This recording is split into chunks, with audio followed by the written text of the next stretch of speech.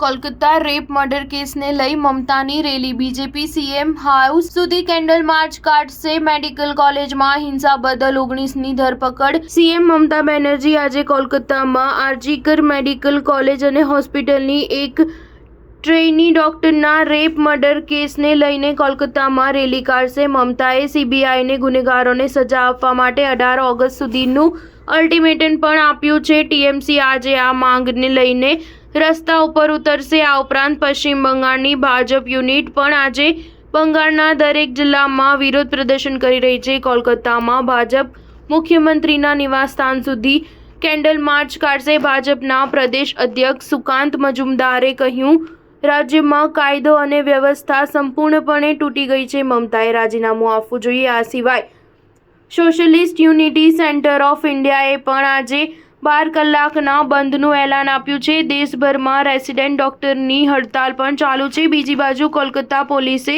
14 ઓગસ્ટની મોડી રાત્રે મેડિકલ કોલેજમાં તોડફોડ અને હિંસાના સંબંધમાં ગુરુવારે મોડી રાત્રે 19 લોકોની ધરપકડ કરી છે. કોલકાતાની ઘટનાના વિરોધમાં ઇન્ડિયન મેડિકલ એસોસિએશને 17 ઓગસ્ટથી દેશમાં 24 કલાક માટે ડોક્ટરોની હડતાલની જાહેરાત કરી છે.